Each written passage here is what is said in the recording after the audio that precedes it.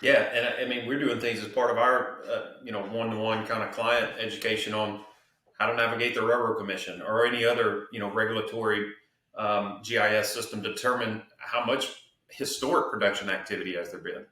Hell, I scanned a old Tobin map and sent it to a client the other day just so they could have a feel for where activity was historically. And Yeah, that's and a that's whole new thing to a lot of folks in the solar development world. and that's a great point, and it's good you're doing that. That was a big part of that Midway Solar case, and the reason that the solar developer, more or less won that case was very specifically because of the fact that there had been very little activity in that particular area. In fact, the tract that was in question in that case had never been leased. There was no plans to lease it. They'd never marketed the minerals. They'd never had any real activity with the minerals at all. And ultimately the courts kind of punted on that case and said, hey, look, how can we determine the value of your minerals if you've never tried to market them in any way?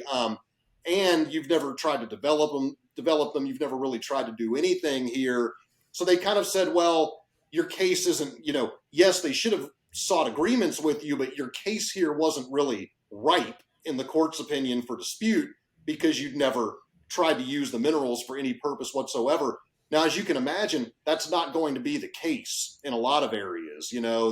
There will have been historic leasing. There could even be some production very nearby. The parties could have been approached to lease their minerals. Things like that.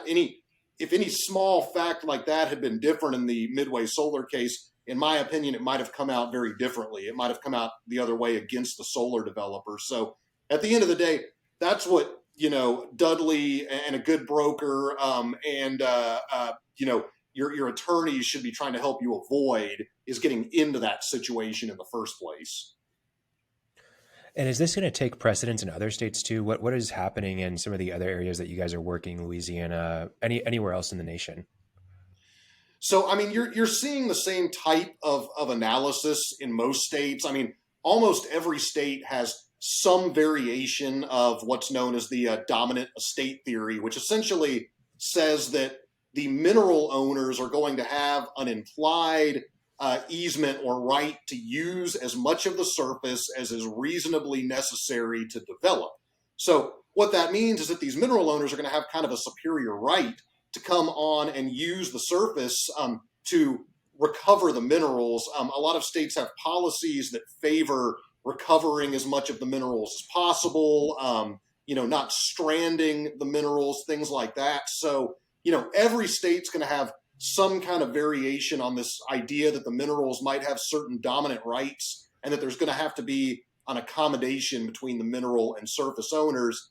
Solar facilities are very surface use intensive. They blanket nearly the entire surface unless you specifically designate a small drilling area somewhere. So that's the reason that covering a parcel of land with a solar facility can essentially destroy all value of the minerals underneath it, at least, kind of from a legal standpoint.